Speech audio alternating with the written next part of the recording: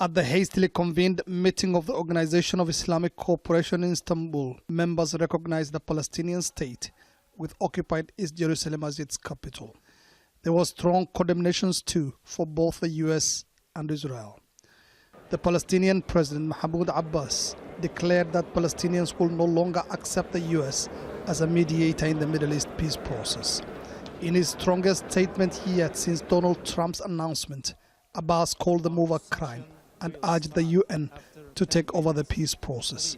The United States chose to lose its role and eligibility as a mediator and not to have a role in the political process. We will not accept any American role in the political process from now on. The U.S. is biased to Israel. That is our position. This is a major crime that requires us to come out with decisive decisions that protect the identity of Jerusalem until we end the Israeli occupation of the state of Palestine. The summit was convened by the Turkish President Recep Tayyip Erdogan, a self-proclaimed champion of the Palestinian cause. I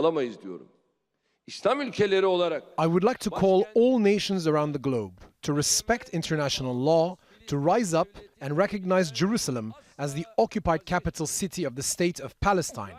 We will never give up on our demand for a free and sovereign Palestinian state, the capital of which is Jerusalem. And as Islamic countries, we condemn the violence of Israeli soldiers vis-à-vis our Palestinian brothers and sisters protesting the latest decision of the United States. Erdogan's hopes of uniting Muslim leaders behind a tough final statement from the meeting was rewarded in the end. The Organisation of Islamic Countries also adopted the Palestinian cause and status of Jerusalem as its core mission. Also at the meeting were King Abdullah of Jordan, the Lebanese President Michel Aoun, the Emir of Qatar Sheikh Tamim bin Hamad Al Thani, and the Iranian President Hassan Rouhani. They called on Muslim nations to unite to defend the rights of Palestinians.